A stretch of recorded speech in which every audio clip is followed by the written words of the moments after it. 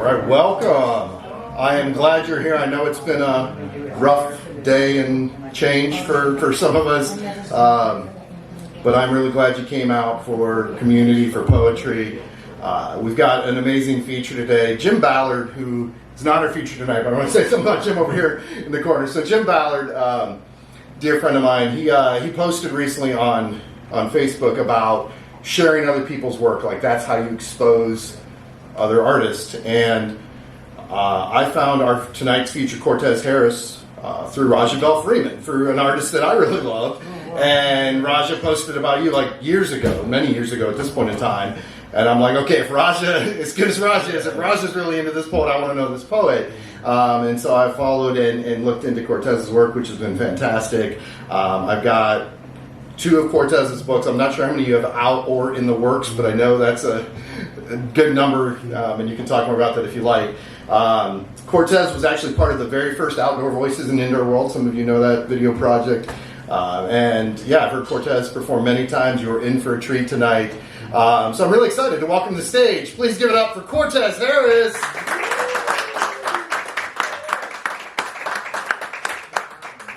Hello, everybody. Hello. All things considered, today has been a very blighted day, but thanks to those cookies, Keith. You're welcome. Yeah. All right. I thought there was going to be like just regular chocolate chip cookies that you can get from like Walmart. And I've been there, so I'm like, this is an experience. And I'm like, okay, I'm about to be like greedy, unabashedly. And I'm like, can I get another one? And then my wife was like, Kortney, right now, who you're going to hear from? Who's better writer than by the way? She's like, can I get one? I'm like, yes. But then I'm thinking like, she's going to like it though, because she's very particular. And I hear her just like, this is good. And then I'm like, is there any cows in it? And he's like, no. I'm like, he's the real one. So I expect Kamala to win. So I have a lot of disillusionment right now. But I was like, I have to write a piece about sort of my grief. Yes. You know, so I wrote a poem. I teach, so I provide instructional support as a resident at CSA. I get to teach creative writing, which is great. And I remember, and I called my wife, and I walked into this building, the bell rang, and kids poured out into the hallway. And I mean, when I say they were like vexed, and they were like irate, they're upset about the state of the world. And I'm like, wow, these kids, they're going to shake up the future.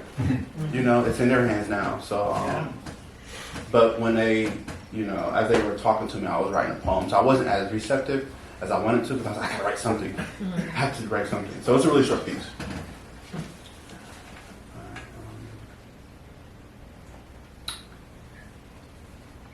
Blue ballots ablaze, hate outside, seared past, silver nothings, history abraded.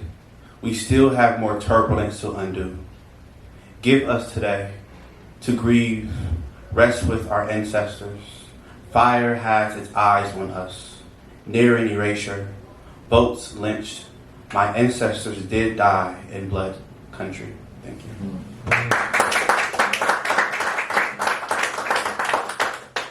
So, you know, I've developed a new protection for poetry. So I'm lucky to have a 3-book deal with a major publisher, and it has been kicking my ass.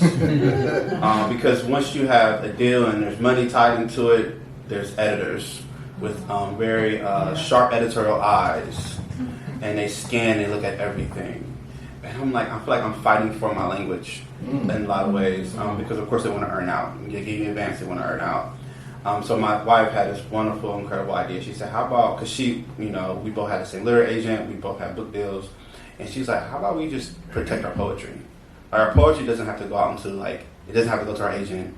You know, we can sort of, like, develop the relationship that we want with our writing, and that's one way to protect our writing. So I'm committed to writing more poems because I get to do that, and I love the playfulness of language, and but I hate when editors try to tell me that, like, it's too lyrical. You're too lyrical. It's not accessible. I'm like, accessible to who? Right. So I get to protect. I think poetry is sort of my way of protecting my way of writing. So yes, I'm rewriting all the time because I can do that. And I don't have to worry about my editors. Like, change this line. What does this mean? Leave me alone. But I wrote the poem in response to my wife. She told me we were walking around because she likes to walk. I'm married into a walking family, by the way. Her family walk everywhere, okay? And we were walking, and along, I think in Lakewood Park, she said, formerly enslaved people will cross Lake Erie in search for freedom to Canada. And I wrote a poem in response to that. It's entitled Memory.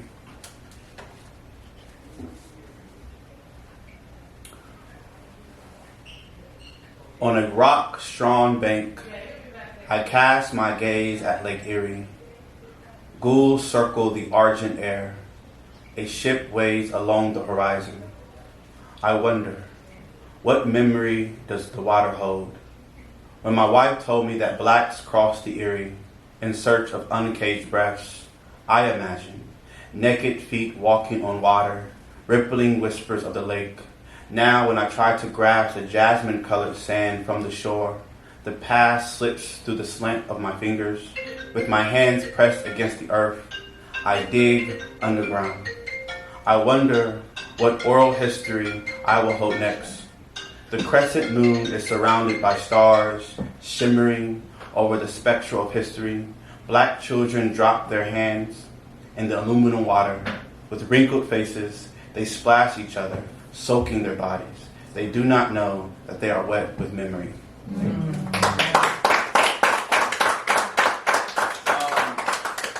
So I do have to share, because this is exciting news, by the way. Are y'all ready for some exciting news? Yes. I don't it may not mean nothing to you, but it means everything to me.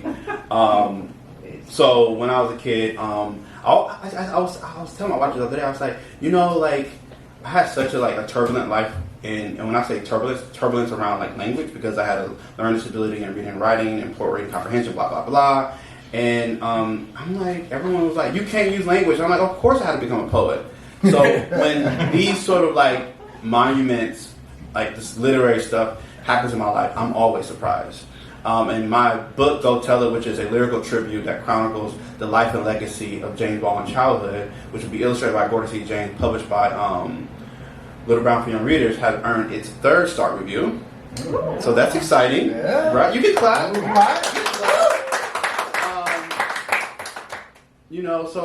It's. I was so teary yesterday. I'm like, oh my God, this is really happening for me, and I still just can't believe that my life seems to function through language. It's just weird. It's so weird. Because writing for me is really, really hard. Really, really hard. But the more I read, the more I want to write well. So this next poem, I don't know, maybe there's a collection in the future, but before there's a collection, I really want to start publishing my work, individual pieces. I've had a few different publications, individual poems, but I'm going to do that a little bit more. So I want to also start talking about myself. So my book, We Make School Live, is very much about my experience as a classroom teacher in Cleveland Metropolitan School District for 7 years. But I want to be a little more reflective with my poetry, and when I say reflective towards myself. So this is me sort of unpacking sort of the toxic religion, or the religious household and the religious church that I was brought up in. That my dad forced me to go to. It's entitled Questions Are Prayers.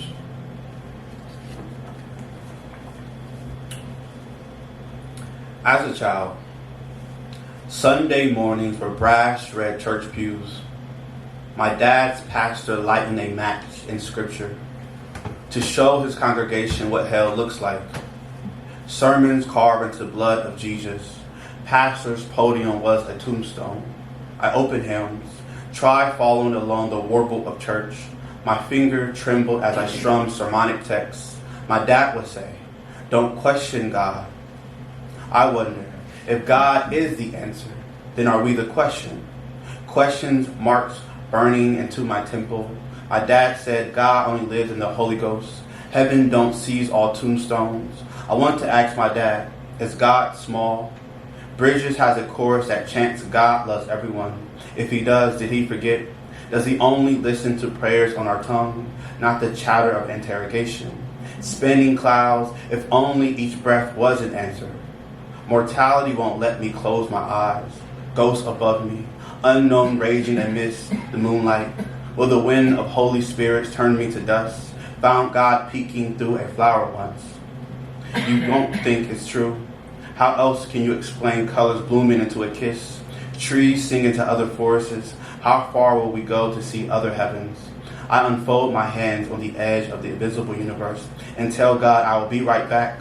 Life ain't but a glimpse into space. Does God still pray, or does he catch everything on fire? Will my soul slip through flames? We ain't ready to survive until we know we will die. Brief lilies, they wither just like us. All I have done in this life is beg God to show me all of his fiery eyes. I dipped my hands into a warm baptism pool at my dad's church, just to see if God will hold my hand, but he wasn't swimming there. Outside of church, a crowd of ants gather in silence before building a sandcastle, and I wonder if heaven is below us.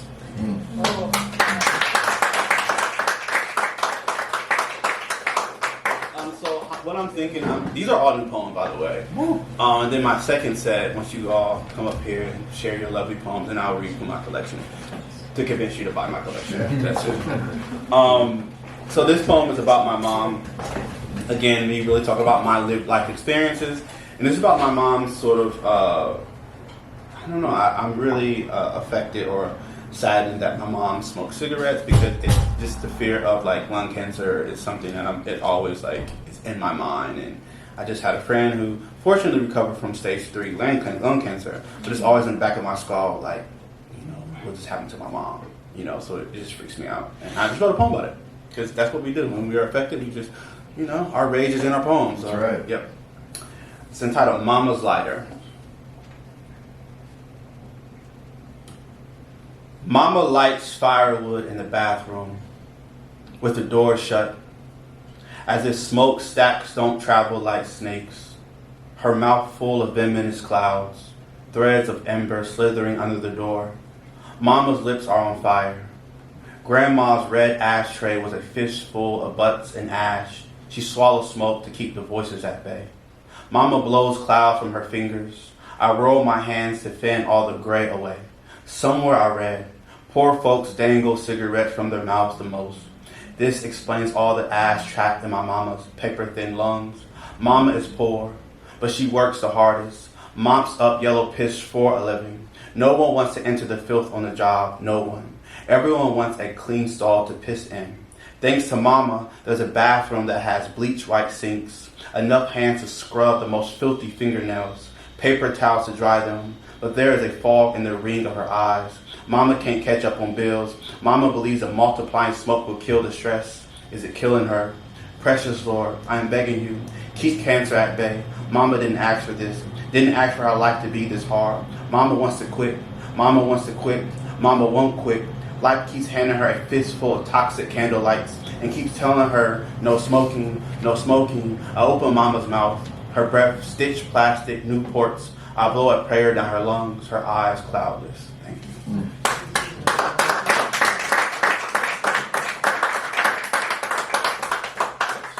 I think I just have 2 more and I'm gonna sit down.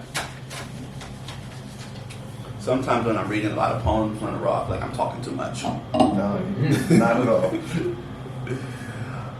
So I wrote the poem after a poet named Charisma Price. It's entitled Eastward. And it's sort of kind of about like, you know, just the gentrification that's happening. And I love writing about children, so I had to write about a child somewhere in my new piece.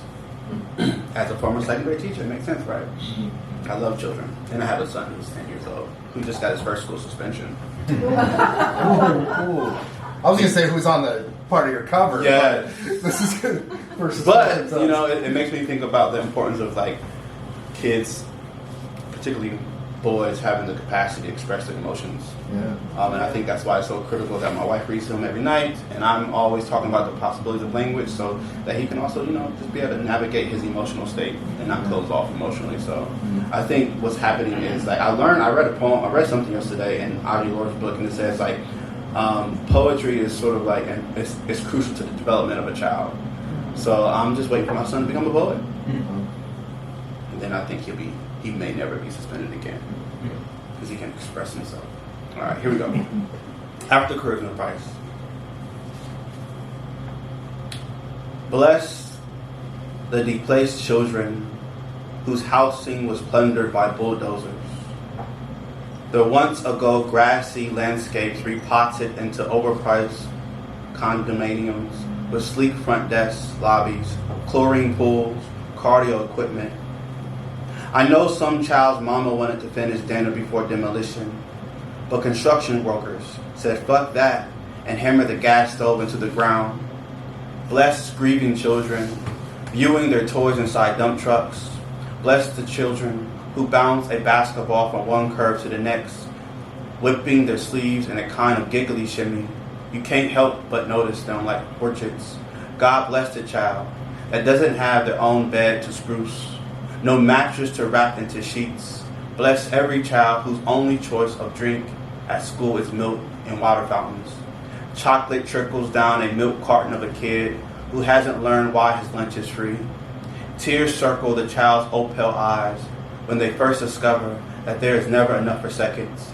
The cafeteria is a kitchen table, a dinner table, but it's not nutritious unless the school is private.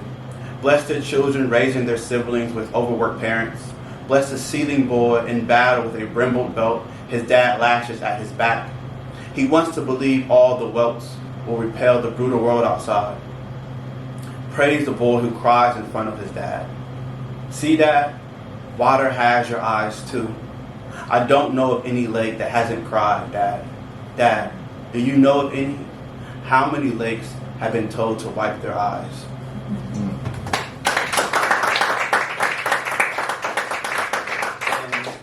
And the last one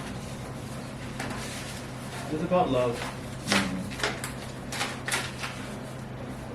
Okay, and it's really short, so. Shall I tell you, then, that we are loving pestles, dust, plumbed faces of flowers? We glint like pretty blue gemstones, but we do not always blow air into each other's eyes. Sometimes our words are unpretty, but love is revision. It's how we can be better. Oh, remember how in the beginning we were hazel starlights, colored pencils shaded into the sky. Love is pretty. Thank you, guys. Yeah.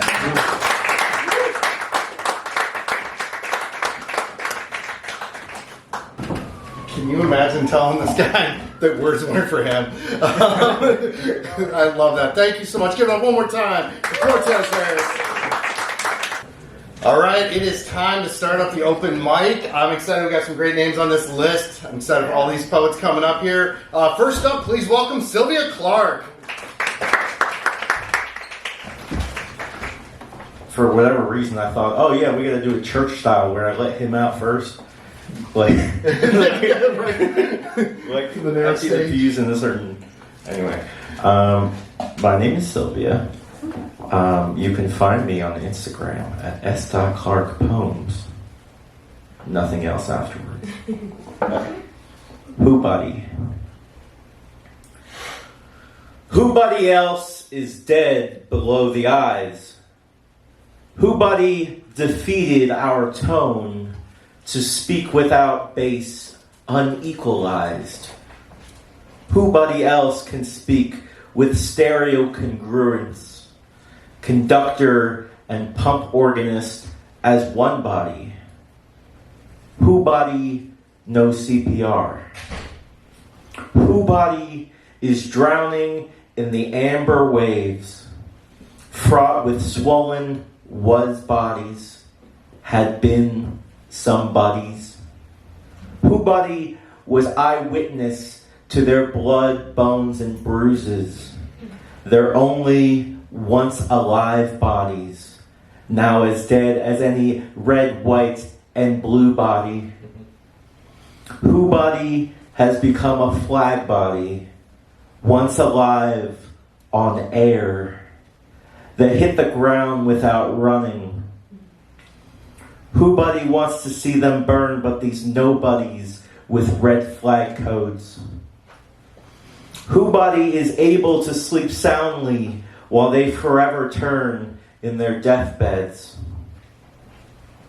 Who-buddy else, in their final words, would turn to familiar caskets underneath, fighting to be heard aloud while you cannot breathe, while under the pressure of somebody with weak gaskets. How many were bodies are needed to create American soil? Whobody remembers the punchline? Whobody is joking anymore? Whobody treasures the spoils of pleasure of the death yield wrought as our decomposed, buried whole in coal fields rot? Whobody else catches these body stanzas, reaching through the rye for your throat? Whobody knows any better?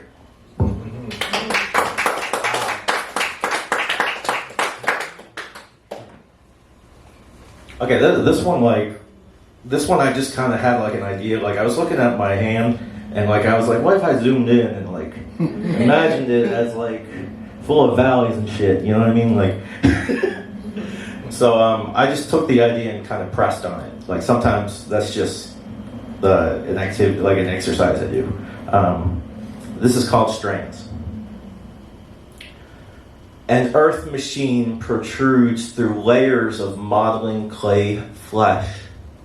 A muscular mountain range of tucked away knuckles are arranged to neatly buckle in joint succession. The tender grasp of gently breaking waves, smoothly brushing the warm blonde strands. The soft watersheds between eroded canyon hands, quenching flows through cracked salt flat skin, arid valleys with mounds of calloused land, the graceful combing fingers sifting through the running sands of time, hot beach hourglass figures broken down, fluid clocks reduced to minute gritty shards that bring ants to the surreal bloodhound's paws. The festering need to caress met without the carnal balm, answering the always hungry desire of a siren's lusty song, tearing their palms away to their ever-gusting wild call, stoking the everlasting pyre in their breathy name. The ceaseless smoke of smoldering mesquite is brain fog for those confused mosquitoes, lost to sea in a burning cornea brine, with every stinging eyelash blink taken as a tidal wave crashing, a clash against the shore, an endless sifting, the ruminating of what was never once for sure.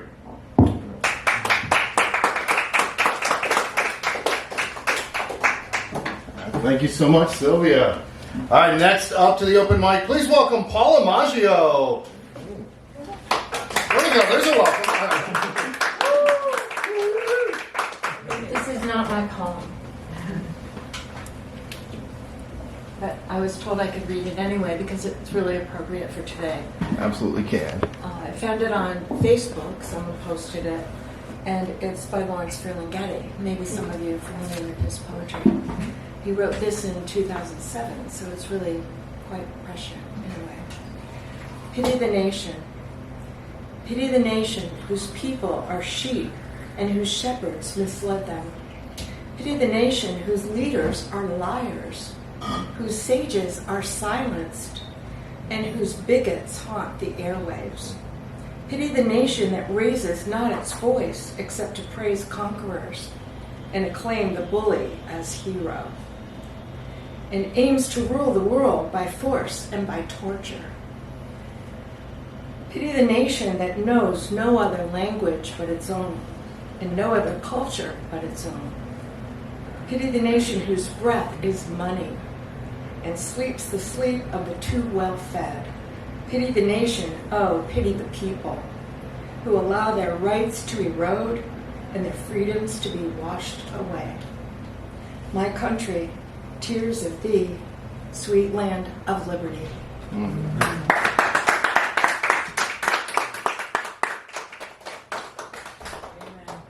Thank you, Paula. Poets, right? Next up to the open mic, This gentleman is a singer-songwriter, has been for, I'm not saying how many years, but every first Thursday, so almost always the day right after this event, he's in the back room here. He's got 2 guests each time at various, and they cover each other's songs, and they play together, and it's a really amazing time all the time. Please welcome up to the mic, Jim Ballard.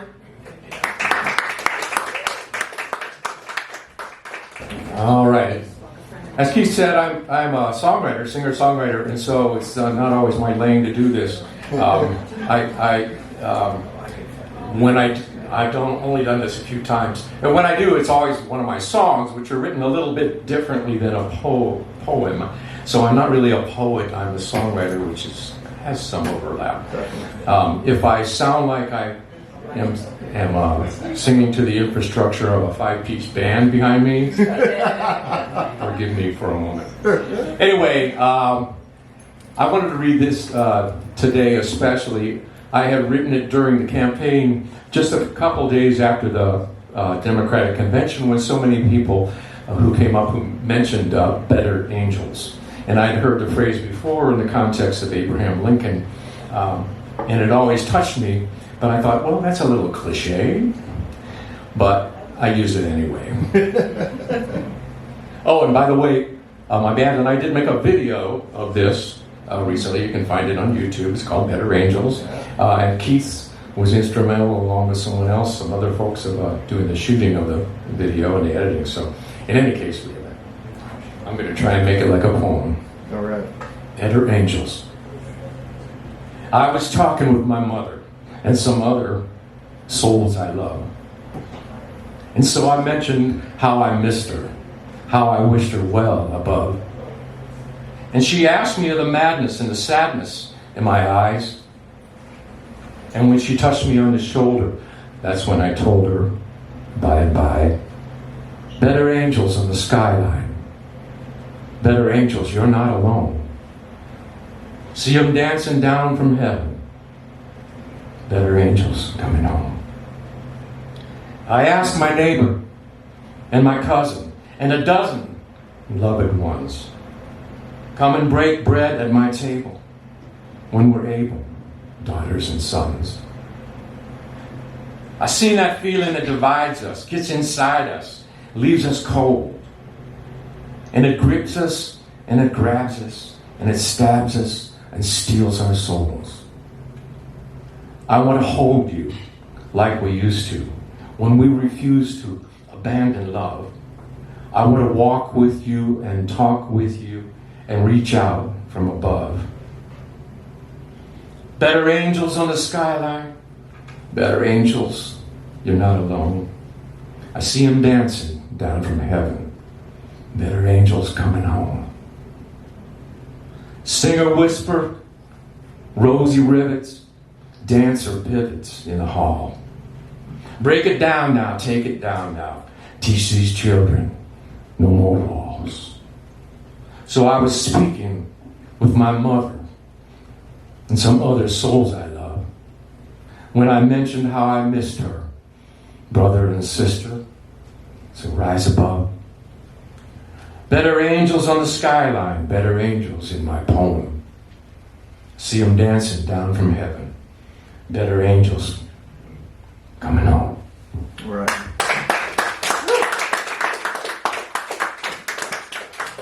Thank you, Jim. All right, perhaps next up to the open mic is someone whose name's not on the list, but I feel like you are always ready for a mic, so feel free to decline. But unless you're declining, please welcome to the mic, Anthony Amptified Evans. Didn't have anything prepared, so I'll just give y'all What Is Love. All right. The first piece I wrote. What is love, and how will you show it to me? If I tell you I love you, is that the only way you'll say it back to me? Well, love is an action, not a word to be defined. And if you were to define it, what words would you have in mind? Men and women misconstrue the concept of what love should be. Women consider love to be you buy them diamond tennis bracelets for their birthday, taking them to movies and dinner, making sure they eat as well as being entertained. Women consider love to be you walking through that car dealership going half on a new whip. Me, I consider love to be us walking through the park holding hands when we kiss, the spark that ignites I consider love to be me getting up at 6 a.m. knowing I don't have to be to work till 10, but because you have to be to work at 8, I'm up shoveling your snow. I consider love to be me calling off of work just last week because you're at home with the flu. That's something that lovers do. I want to stay home and take care of you, feed you chicken noodle soup, orange juice, and ginger ale until you're well. Now, baby, I've shown you all the ways I'll show you love. My only question is, how will you show it to me? What is love? Thank you. Thank you, Anthony. I know I put you on the spot there, but I knew, Hey, I knew you'd rise to the challenge. Excellent. So glad you're here. Please welcome next to the mic, Dave Polacheck. Good evening, everybody. This is a journal entry from 3-ish a.m. Ooh, I like it. 3-ish a.m. like this past 3-ish a.m. or Strangely, no, but it Okay. it kind of applies. All right. A few days ago. He screamed to the morning, his voice broken and tinged with madness. He screamed, "Hello," and "fuck you," and "I am here," claiming this moment desperately, seeking purchase in his addled mind in an addled, burning world. His voice was rage embodied, funneling up his throat in violent colors from the cavern and maelstrom within, turning him inside out in a plea and a grievance and a stake of iron stuck deep in the ground before him. It was an offering and a demand. It brokered information. It brokered no information, no narrative, no claim of fact or allegiance to God. It was his last breath, and it turned to laughter and joy and weeping, and a word before all other words, a truth beneath all others that would both destroy and rebuild the sky. All right. Thank you so much, Dave. All right, now, please welcome to the mic, Sondra Jordan. Hello. Innovate. Hello. This is my first time performing ever. Woo!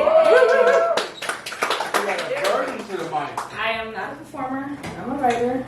I like hiding behind my pen and paper, so I do. So excuse me if I'm a little nervous. I come off a little nervous. Okay, so Emily Dickinson is my favorite poet. Woo! Yeah. She has a poem called "Success is Kind of Sweetest." And I know way back in the day, poets used to kind of write responses to each other's poetry often. And in a perfect world, you know, there's a question of who would you, if you had dinner with anybody, who would you have dinner with? And one of my people would be Emily Dickinson, and this would be my response to "Success is Kind of Sweetest." So there you go. Love is kind of sweetest by those who near succeed. That's what my lovely told me. That's what she gave to me. The nectar that was so sweet, the fruits that leveled me, the height of my own sanity, the love forbade to me. Wow. Okay. This is the first time reading on the mic. Work. I'm so glad you're up here. We have 2 left. I'm going to go next, and then I'm going to leave one more for after that. So this piece I wrote today. It's not actually about the newest political news. I'll deal with that in a second too. But 2 days ago, there were actually at least a little bit of good political news. Is we had some accountability for a former Columbus police officer held accountable for killing, and this is a response to the article I read learning about that. In response to the extremely rare case where an officer is actually convicted of murder for the killing of an unarmed black man, defense attorney Mark Collins balked at the ruling, saying now an officer in a close call situation, they won't rely on their training and experience, they'll pause. And that's when people get hurt. That's when people get hurt. Like, he didn't just realize his client was convicted for murder. Or maybe like Andre Hill wasn't a person, or maybe like his death wasn't harm. So moving forward to help the police better communicate their intentions to the public, I offer 10 improved mottos to paint on the side of their cars.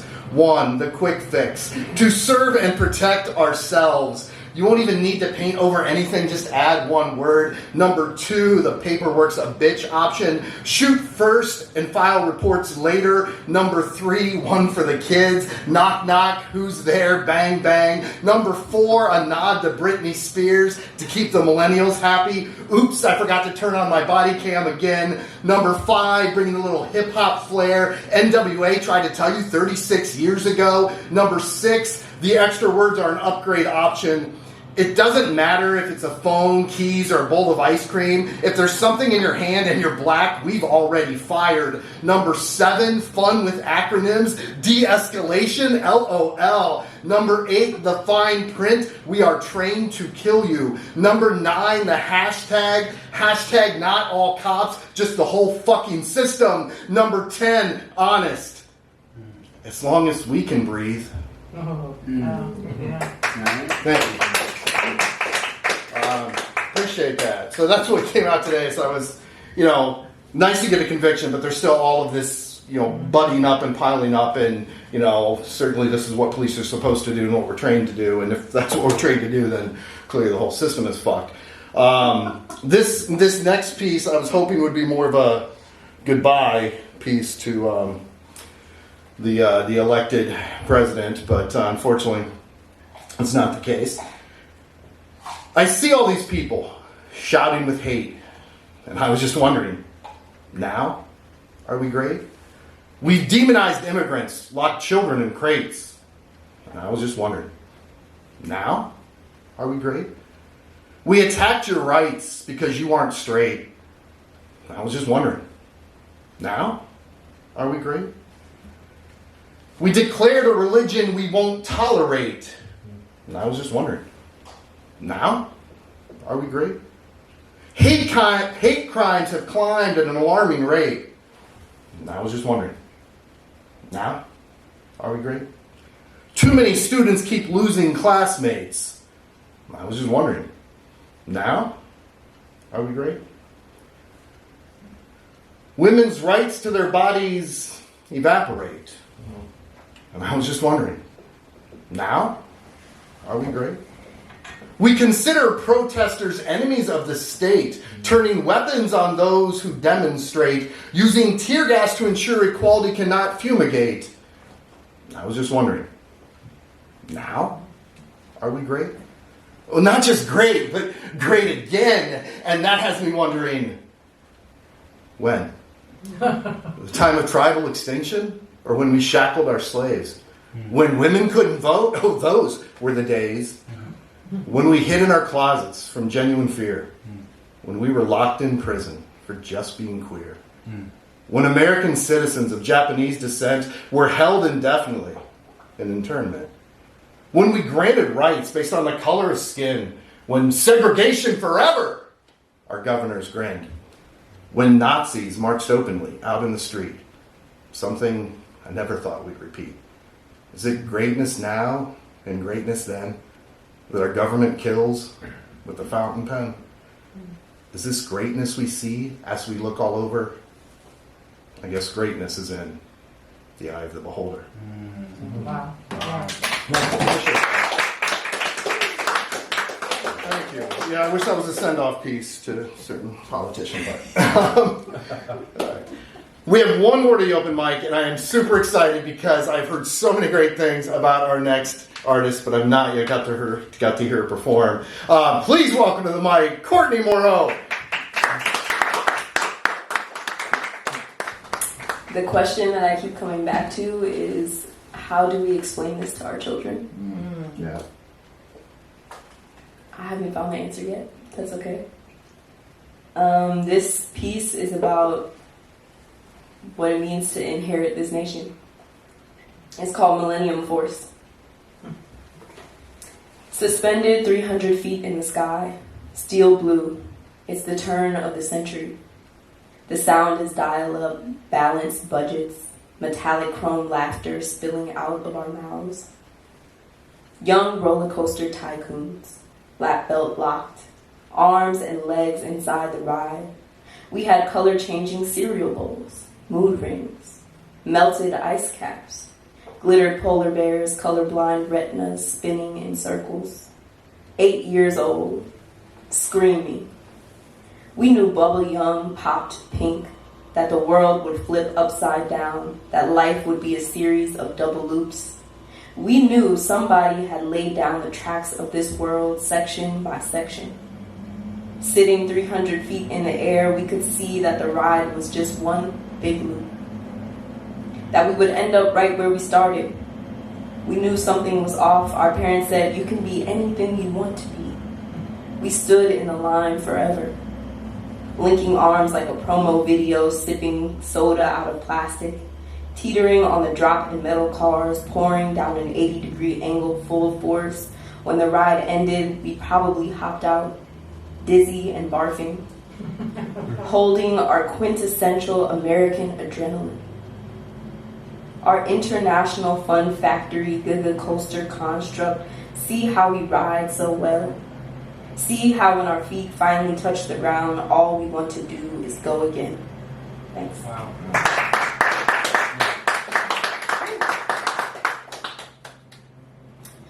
This one is called Gave Up. It's about giving up.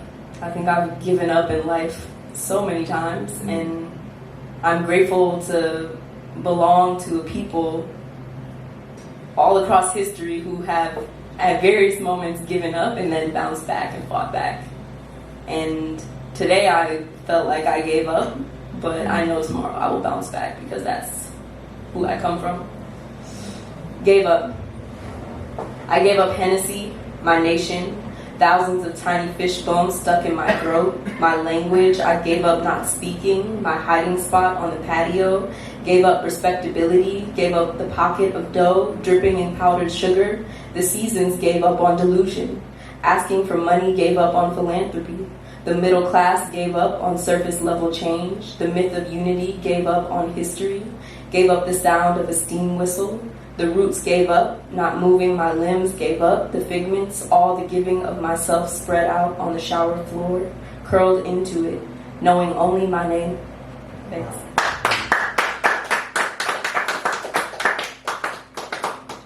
All right, this is the last one I'll read for you, and it's called a nature poem. It's for my friend Adrian, who's incarcerated. And it's about the fact that even with 4 walls and bars surrounding him, he is one of the most powerful people I know. And so oppression will always try and hold us down, but our spirits can't be held down. The towel for the next 2 minutes is the moon, glowing with languor on the way to the club. My open palm dangling out the window, breeze rushing in the still night. Sparks crackle from your index as you lift a finger to meet mine. Even in a cell, you are luminous. Leaning my head out, searching for your eyes. There is nothing in the sky, just the swamp unweighting itself. For the next 2 minutes, life is suspended in humidity. Landscape chopped and screwed, Spanish moss, python venom, murky mud water hovering above. The unpruned limbs of an oak tree dangle, like they haven't forgotten the knot of a noose or the scream of a sentence. You let out a sigh, and everything falls back. Yeah. Thank you.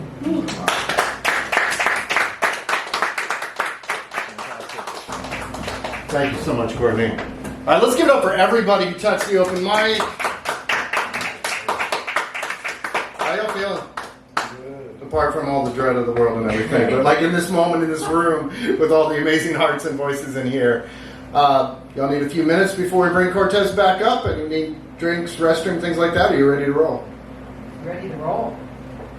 Georgianne's speaking for us. Any dissenters speak now. All right, you ready to go? All right, so I'm excited. If you did not get the book yet, you really should get the book. The book's amazing. Please welcome back to the mic, Quartez Harris.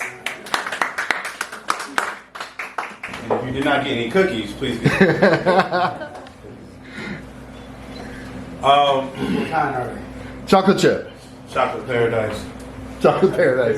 Ooh. One more. Mark, this is marketing. This is what I'm missing. Are you baked? Nah, he did that. That's baked. Yeah. On the record, and I hope this is on video, I told you my wife can write better than me. So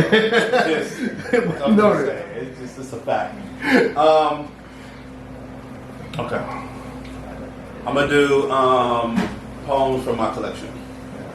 We made school a lot.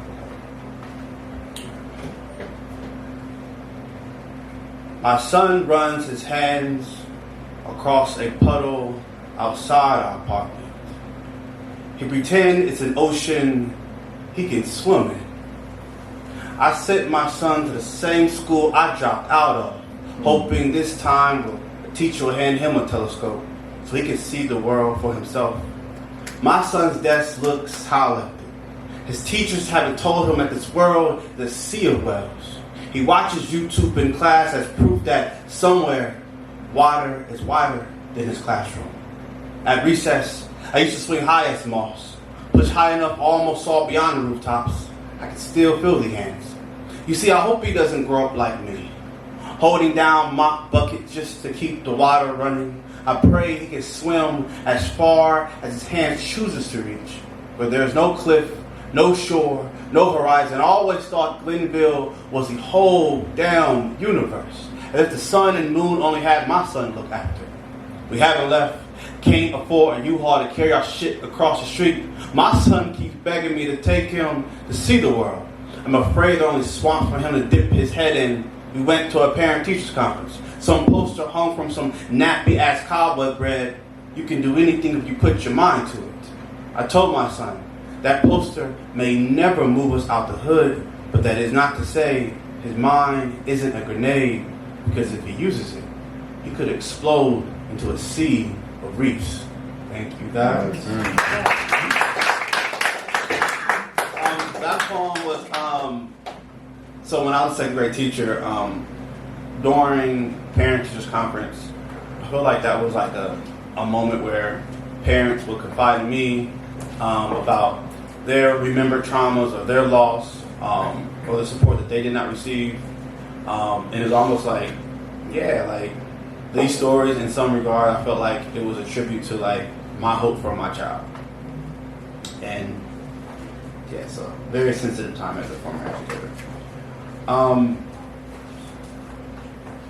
This next poem is entitled So Bad to See.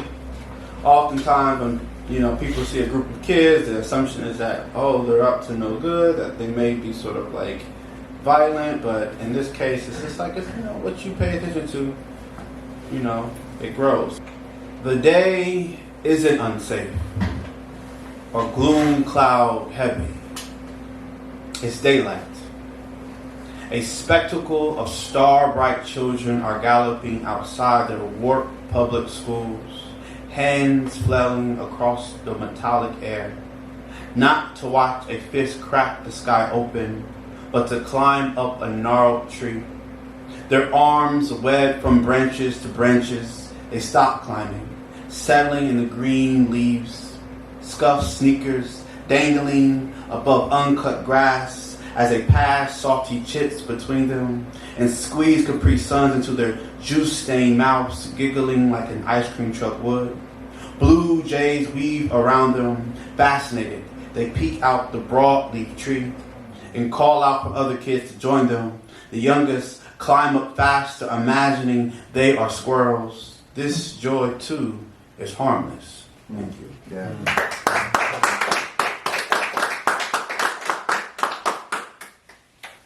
Brief. Sending my son off to school is like untangling my clothes from his, and even now as he grows older, like memories stepping further into the fog, it doesn't get any easier. And there is so much to be afraid of and thankful for. And when I pick him up from the fringe of school, even that is some kind of miracle. And the point is, once my son said goodbye before exiting the back seat of my dented car, and I was scared to watch him walk into his school's doorway, and I looked ahead as a cluster of rain slowly dotted the windshield, and I drove quietly to the gym, And a father with a bright gum smile held up his phone in a warm, wet locker room to someone I did not know. And he said, "This is my son." And it was a good time. And that someone asked a blush-faced father will he see him again. And he said, "Absolutely, absolutely." And I thought, we are the same. And I only have this one lifetime to love my son. And our brief car ride to school became so much sweeter.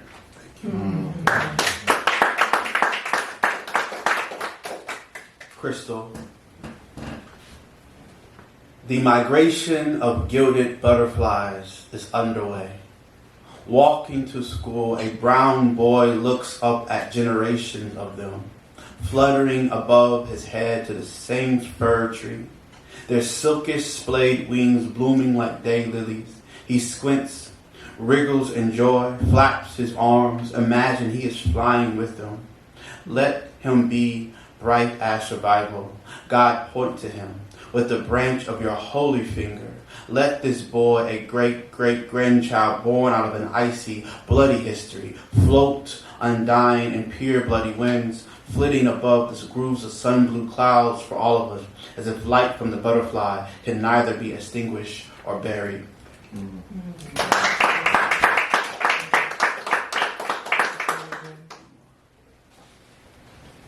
I used to cut up when I was a kid. I don't talk about that much. I was bad. I was unruly, allegedly. But really, I just wanted to belong. I really wanted to belong. I wanted to feel special, and that came at the expense of peer pressure, of doing things that I would never do. But you know, you do crazy things when you want to feel love. Boys.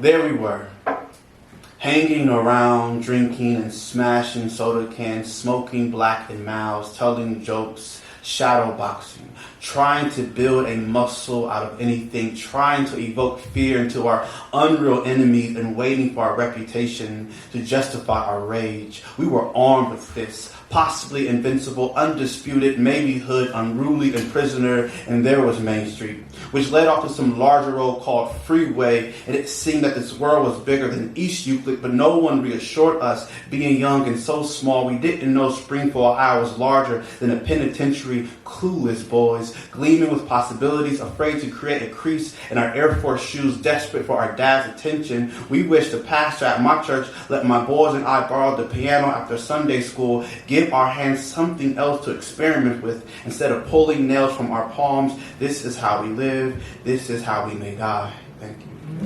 A few more. I'm going to run out your way. I'm going to do my favorite poem. Somewhere, a butterfly settles near a herd of boys flowering. They draw closer. You see, the butterfly doesn't flutter. They raise their hands to prove they're unarmed. Hundreds of mahogany-colored butterflies burst out of them like lightning joining hands with fireworks. But only God seemed to notice this glitz. Because in the beginning, he said, "Let there be light."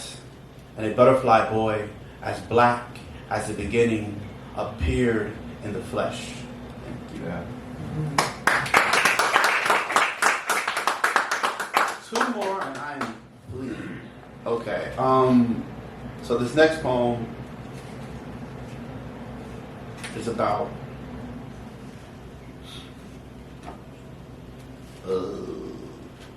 I said next poem is about, I don't know what I'm about to read. Nice. Because I don't know. Okay, so the next poem, still don't know yet. Read aloud. What? Read aloud. Alive? Oh, that's small, that short one? Okay, yeah, I do that one. Okay, so when I was a teacher,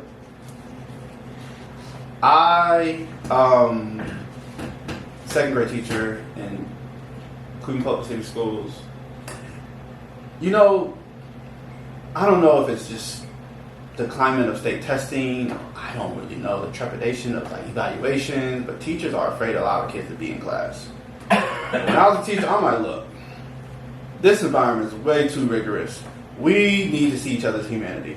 And that looks like playing. So I had maybe, 15, 20 minutes where my kids could do absolutely anything they wanted. as long as they didn't fight, which they never did. I mean, that might look like you walk in my classroom, you might just see kids on their desks. You might see kids under their desks. You might see kids running around. You might see me on their desks. You never know. But I felt like that was a moment where my kids didn't feel like there's just so much burden to be, just so much burdens. And I felt like in that sense, I was just like, this opportunity can release those burdens. And the burden of being an under-resourced school. You know, the burden of not having hand soap. The burden of not having, like, you know, heated in the air. You know, it's just, it was the burden of not even having, like, we had fans. We didn't have, you know, central air. You know, I remember I have a poem in here where a kid, literally, I can't make this up. I should read it, but I'm not. You can buy the book and you can read it if you want. But this kid, literally, in the last day of school, he just took, like, because you're in the last day of school, you're like, all right, take your books, take your shoes. You believe it, they leave shoes at school. Take your socks, take everything. Take your crayons. And one kid took the fan. And he walking down the street with his classroom with a school fan. I'm like, what's going on? He's like, man, we be hot at home, sweltering. So I was like, wow. So those burdens. Alive. And after this, I'm doing one more number. Shoes sprawled across the floor. Stefan blows bubbles across the classroom. They disperse into glitter. Children dive into bean bags as if they are plastic pools.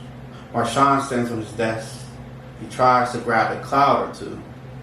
Michelle, Cadence play hide and seek under their desks. My God, my black students are alive.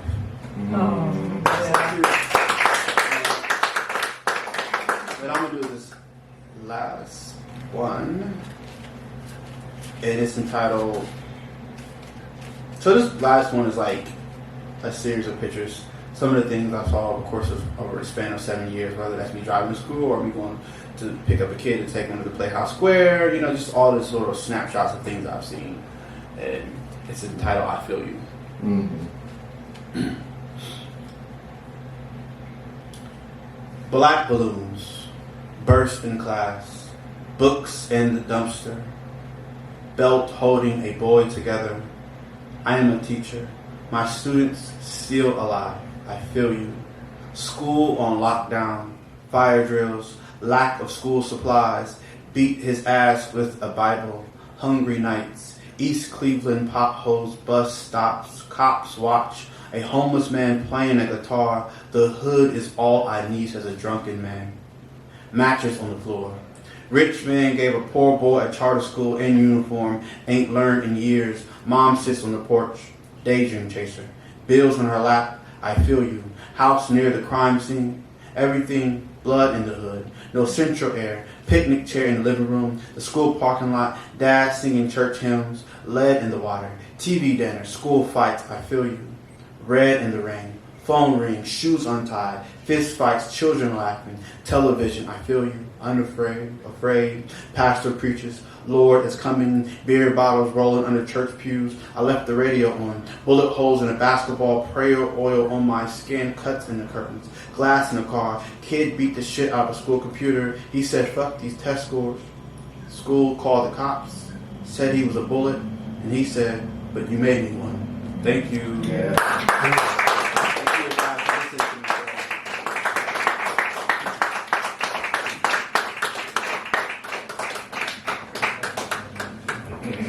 Give it up one more time for Quartez Harris.